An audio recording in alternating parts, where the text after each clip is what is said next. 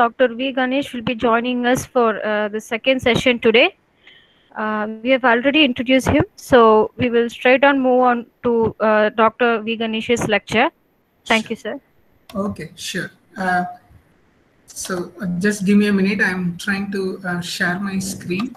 Yeah. Yes, sir.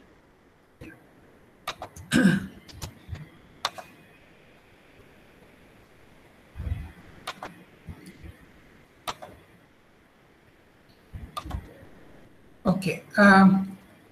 Is my slide visible? Yes, sir. It's visible. Okay. Okay then. Yeah. Very good morning to all of you. Let's continue with where we left yesterday. I am audible, right? My voice is clear. No signal disturbance, I guess, right? No, sir. It's clear, sir. Okay. Thank you. Okay. So what I will do today is I will continue with where we left yesterday. Of course, I started my lecture yesterday with the Nobel Prize, of course, introducing the institute. And then I started my lecture with the Nobel Prize. So you guys would have read today's newspaper that yesterday Nobel Prize in Medicine was announced, correct? That is to the discovery of hepatitis C virus, right? So keep watching this Nobel Prize website even for today and throughout this week. So every year during the second week of October, the Nobel Prizes, the Nobel Prize winners will be announced. And on December 10th or 11th, the award ceremony will happen, as I mentioned yesterday. Okay, so we went on yesterday and discussed about the fundamental concepts in electrochemistry, some of the basic principles, theory behind the origin of potential, current, etc. Then I started with the technique, right? So what I will do today is, of course, today also I will start my lecture with slightly a different story that why one has to worry about doing research. And slowly I will continue with techniques and I will talk about electrocatalysis. Okay. Now, so why do you think people are involved in doing research? It's not like there are no other options to get a job. So people got job like scientists, lecturer, academicians, etc. And simply for the sake of doing something, they do research, right? And they do publish papers just to get their promotion, etc. It's not the case. Okay, so research is a kind of passion, and people are involved in doing research to sort out global issues and to provide viable solutions to our society. For example, in this slide you can see I have listed down the humanity's top 10 problems which we will face in the upcoming 50 years or so. Okay. So these are the top 10 problems we will face in the upcoming 50 years. As you can see, the list starts with energy, water, food, environment, poverty, terrorism, disease, education, democracy, population, etc. As you can see, energy is the first and foremost priority. I can give examples for each of these. Okay. For example, about 2 decades ago, maybe around 1990s, maybe 2-3 decades ago, we do not had mobile phones, right? I remember when I was doing PhD at Bangalore, I used to go to STD booth and call my parents and talk over telephone. But now you have the whole world and the world of information as is at your palm, right? So mobile phone has revolutionized the way we communicate. And also we moved from classical blackboard based teaching to a virtual platform. Now we do have online classes. So all these things happen because of the revolution in the field of energy sector as a whole. Okay. So imagine about, I remember it was about 4 or 5 years ago in Tamil Nadu, I think we had 14 to 15 hours of power cut. Remember we have 24 hours a day and out of which 14-15 hours of power cut we had. So energy is going to be a very, very critical issue. Apart from this, you can name any house in the village now. There are no houses without the following 3 items. 1, mobile phone, second two-wheeler, and third would be like, television, etc. So if you don't have power, how are you going to cope up with the energy? Which is a very, very critical question. When I say energy, it's not just about energy storage devices like battery or supercapacitors alone. It also deals with fuel cells, the mode of transport, those kind of things also comes into picture. Now, like this, of course, I can give examples for each of the topic here. For example, disease. Let's say when we were kids, about when we were kids again 2-3 decades ago, we don't had many diseases like chikungunya, Nipah virus, now even COVID-19, etc. We had probably fever, a high fever like pneumonia, jaundice. Those are the things I mean, those diseases commonly prevail in the society. But now, if you go to a doctor, with a headache, what are the questions one would face? Again, keep it in mind, it is not to criticize anyone. It is to understand how we are progressing in the field of science and technology. Okay. So if you go to a doctor, the first question he would ask is, sir, did you check your blood pressure level? Did you check the glucose level in your blood? Why don't you take an ECG and check whether your heartbeat is functioning properly? Remember, you would have gone just to have a tablet for a headache. So that's the kind of state we are in. So how do you provide solution to these global issues? The only way to provide a solution to these global issues is through science and technology. Okay. Apart from this, 2012, human population across the globe was estimated to be 6 billion. And it is expected to grow roughly twice by the year 2050. Okay. So how are you going to provide them, clean drinking water, good energy backup for digitalized India, and good food for us to live, So all these things is a giant question mark. And the only way to provide a solution to this is through science and technology. And if we do such kind of thing, we can go inch towards closer step towards self-reliant India. What our Honorable Prime Minister's vision is Atmanirbhar Bharat. So we can become self-reliant in all this field, and the dream of self-reliant India could be realized. Okay. So now these are the hot two topics right now in the field of research in general. One is an energy crisis, and the other one is a healthcare diagnostics. Okay. So what do I mean by energy crisis? Probably people would have talked about this. A lot of people even don't know what do they mean by energy crisis. So it's a kind of we need to create transparency about energy crisis. Okay. And we need to eradicate this energy illiteracy. As far as the science is concerned, we need to come up with a balance sheet, meaning what are the sources available with us to produce energy, and how do you basically store and convert energy into useful form. Okay. I don't want to touch upon the healthcare diagnostics as of today, because that's not the primary aim of this faculty development program, neither my lecture.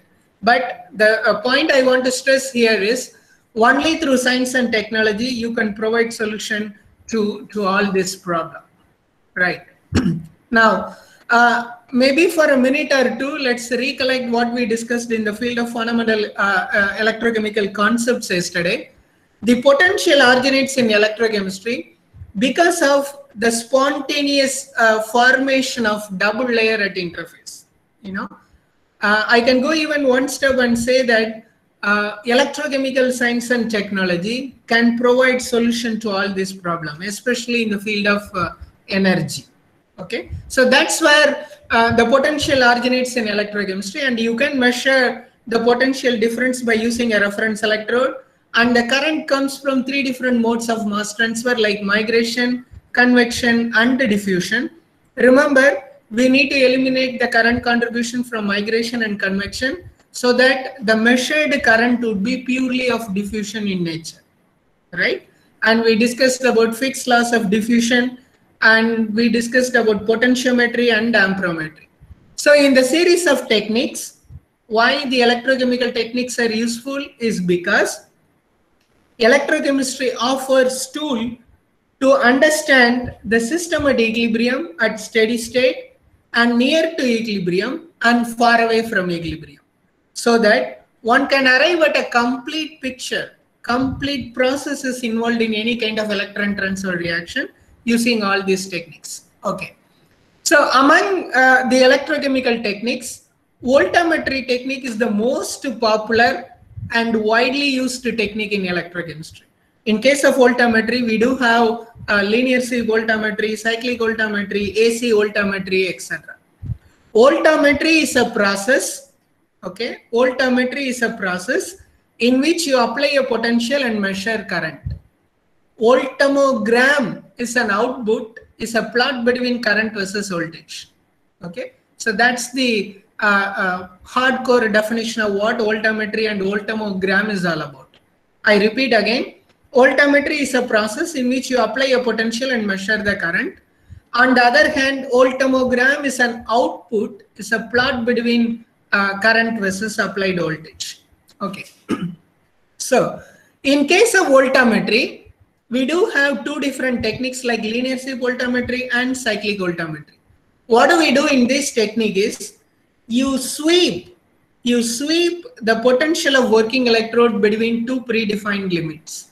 Let's say in case of linear sweep voltammetry, you linearly sweep the voltage between two predefined limits. Let's say between E1 and E2. Okay. You can vary between 0 and 0.5 volt versus the reference electrode. Remember, always a good electrochemist will say with respect to what potential you, with respect to what reference electrode you apply the potential. Okay. So in case of linear sieve voltammetry, you linearly sweep the voltage between fixed predefined limits of the potential with respect to time. This is a kind of input signal. And the output would be for this voltage perturbation, how the current varies with respect to the applied voltage. Okay, so that's the kind of output in linear sieve voltammetry. This is called a linear sweep voltammogram. For a given specific electron transfer reaction, let's say a species undergoes an electron transfer reaction, you would see typically a peak-shaped voltammogram as an output in voltammogram. Okay. The moment you see peak formation in such kind of voltammetry technique, that indicates 2 points. The first one, there is an electron transfer reaction. That's why you would see a peak-shaped voltammogram. And the second point is the process is controlled by diffusion. Okay. Recall many different processes which occur in an electron transfer reaction. The probe molecule has to diffuse from the bulk to the interface, get absorbed on the electrode surface, undergoes electron transfer reaction to give you a product. The product has to desorb and diffuse back to the bulk of the solution. And I mentioned yesterday that among these processes, diffusion is the slowest, and that's the rate determining step.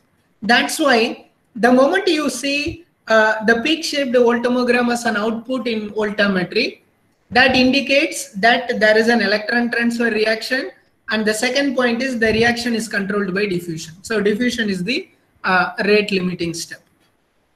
Now, maybe we can discuss about cyclic voltammetry. I can always correlate that with the linear sieve voltammetry. The half of cyclic voltammetry is called a linear sieve voltammetry. Okay. In fact, cyclic voltammetry is the most widely used technique in electrochemistry. Okay, it provides many valuable information and about the electrode-electrolyte interface in electrochemistry. In case of cyclic voltammetry, what do we do? If you look at the input perturbation signal, this is the input signal and that's the output signal. Okay, so the output is nothing but your cyclic voltammogram. Now, in case of cyclic voltammetry, you can change the voltage from again a fixed predefined limits. Let's say you start from an initial potential V1, you linearly sweep the voltage up to the other predefined limit, let's say V2, and on reaching V2, you reverse the scan direction, okay, When you reverse the scan direction, you have options. You can come back either to same initial potential like V1, or even you can stop well ahead to another potential, let's say VA, or even you can extend beyond V1 to another potential value VB. Remember, all these techniques are also called as cyclic voltammetry. It is need not necessary that you need to come back to the same initial potential like V1 as a final potential. You can also go back to another potential. Okay. Now, the input perturbation signal, as if starting from V1 to V2 coming back to V1, comprises of one cycle in cyclic voltammetry. Similarly, if you keep on applying cycles like this, you are basically cycling the potential of a working electrode, and you are going to look at what's the output in case of cyclic voltammeter. Now, the rate at which you vary the potential with respect to time is called the scan rate, which is nu. Okay, the rate at which you vary the potential with respect to time is called the scan rate. Nu is equal to dou E by dou T, which is a very, very critical parameter. Okay, the scan rate is a very critical parameter in electrochemistry. Recall, yesterday I was talking about why we need to worry about electron transfer reaction. You know, we're taking good food, expressing our emotion, getting up and feeling hungry, you know, all these things happen because of the inbuilt redox reactions which occur in our body. Okay, now to understand the value of this scan rate, let's go back and look at, you guys should have heard about Jablonski diagram, right? In molecular spectroscopy, you guys should have heard about Jablonski diagram. That's where you distinguish the process of fluorescence and phosphorescence, right? How do we describe a Jablonski diagram? Suppose a molecule absorbs light in terms of radiation and excite from a singlet excited to, singlet ground state to singlet excited. Okay. When the molecule relaxes from singlet excited to singlet ground state, it emits radiation in terms of fluorescence. Rather than relaxing from a singlet excited, it can also relax from another excited state, which is triplet excited. When it relaxes from triplet excited to singlet ground state, and that process is called phosphorescence. You know, the time constant associated with such kind of processes are of the order of let's say nanoseconds to femtoseconds. Of course, it depends on the molecule, but in a broad range, you can provide a time constant in the range of nanoseconds to femtoseconds. Now, the electron transfer rate constant, the values of such electron transfer rate constants of the order of 10 power minus 15 per second, 10 power minus 18 per seconds are reported. So the electron transfer rate constants are such a fast reaction. Okay, so that's why the parameter scan rate becomes very critical. If you do not use the optimized scan rate, you may either miss the electron transfer reaction, or sometimes you may even overlook the electron transfer reaction. Do you get me? That's why the scan rate becomes very, very critical. So nu is equal to dou E by dou T, or dE by dt, the rate of change of potential with respect to time, and the unit is volt per second. The recent addition being, even we have a fast scan voltammetry, especially to understand the electron transfer reactions associated with the protein biomolecule. We can use what is called fast scan voltammetry. Okay. Now, coming back to the discussion of cyclic voltammetry, the scan rate value is same for both forward and reverse reaction. Okay. Now, so you start from an initial potential V1, go to another potential V2, and come back to V1. This comprises of a single cycle, and that's the kind of input you give in the cyclic voltammetry. The typical output in cyclic voltammetry is a plot between current versus voltage, is called a cyclic voltammogram. And suppose, let's say you want to monitor a redox reaction, you dip all the 3 electrodes into an electrolyte. You have a reference working and counter electrode, And in the electrolyte, you have a redox probe like a ferrocyanide system, along with the supporting electrolytes like sodium chloride or sodium fluoride, etc. Okay. Let's say the moment you apply an initial potential, okay, normally they consider reduction as a standard reaction. Let's say, so the reduction could be ferricyanide gains an electron, undergoes a reduction to give you a product ferrocyanide, okay, reverse of this reaction. The moment you apply a potential, what happens initially is the molecules will be at a constant diffusion from the bulk to the interface. So initially there won't be any current flow.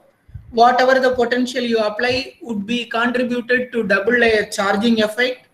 Okay, and at certain potential you see that the molecule started to undergo reduction. So that potential is called the onset potential for reduction process. So at this potential, whatever be the Fe3 plus ions come into contact with the electrode surface, gains electron from the electrode, undergoes reduction to give you product Fe2 plus.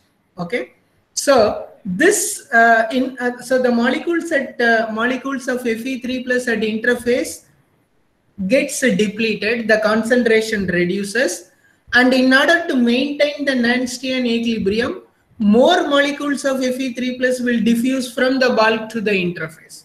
So this sets up a concentration gradient. Okay, recall Fick's first law.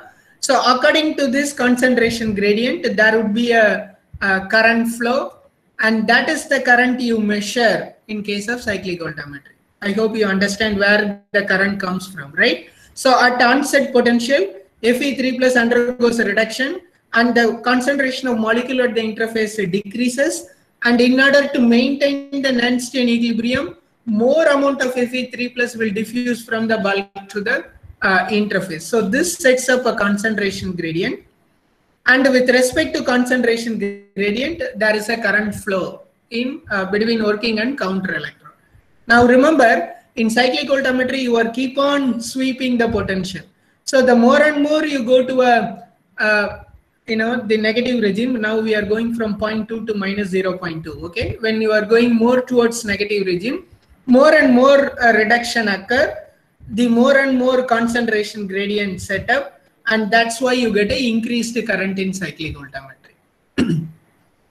And when you keep on scanning the potential further, you would observe that at certain potential, you reach the maximum current for the reduction process. So that is called the peak current for reduction. That is called IPC.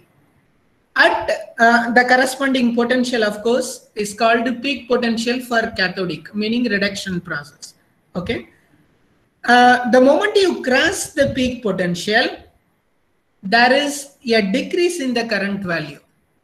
Okay. So at the peak potential, the rate of reduction is maximum, and the moment you cross the peak potential, there is a decrease in the current value. This is because although the reduction occurs even in this regime, the rate of the reaction is not maximum, the concentration gradient is not maximum, and that's why you end up with a reduction in the current, since the rate of reaction is not maximum. Do you get me? And that's why overall this behavior gives like a typical peak-shaped voltammogram as an output in cyclic voltammetry. And the moment you keep on continuing the scan further, you would end up again in a regime where there is no electron transfer. So the regimes where there is no electron transfer reaction is called a non-Faradaic regime, and the regime where you have typical peak-shaped voltammogram, the current contribution comes from both Faradaic and non-Faradaic. Predominantly, the Faradaic would dominate in case of peak-formed regime. Okay. I hope you guys follow what I am saying, right? Maybe too much of subject today, but it is okay. At least you can able to understand, right? I am audible, right? Or you guys simply switched off and went for listening to music? Yeah. Yes, sir. Yeah. Okay. Okay. Good. Because I want at least you guys to listen. I'm talking too much subject now. I do remember, but it is okay. Okay. Now, the same concept you can extrapolate to the reverse process as well. Okay, in case of typical redox reaction, in the case of forward scan, you monitor the reduction process, and on reaching this V2, meaning let's say about minus 0.2, you are going to reverse the scan direction. In case of reversing the scan direction, we will follow the oxidation process, meaning Fe2 plus loses an electron, undergoes oxidation to give you Fe3 plus. So similarly, the moment you start reversing the scan direction, initially there won't be any current flow. Whatever the potential you apply would contribute to AA charging effect, and at certain potential you would see suddenly the oxidation current starts increasing. That is because Fe2 plus undergoes oxidation to give you Fe3 plus as a product. So the amount of molecules of Fe2 plus at interface decreases. In order to maintain again the Nernstian equilibrium, more amounts of molecule of Fe2 plus will diffuse from the bulk to the interface, and this sets up a concentration gradient. And the moment you keep on changing the potential further, the concentration gradient increases, in turn the oxidation current increases. Similarly, at certain specific potential, you would see the current for the oxidation process is maximum, and that current is called IP oxidation, and the corresponding potential you would observe a maximum current is called EP oxidation. And again, the moment you continue scanning the potential further, though there is an oxidation process in this regime, since the rate of oxidation is not maximum, the current decreases because the concentration gradient decreases. And when you keep on continuing the scan further, when you reach the initial potential like 0.2, you would end up with the regime again. There is no Faradaic process. It would completely reach the non-Faradaic regime. So this is the kind of typical output one would get in case of cyclic voltammetry.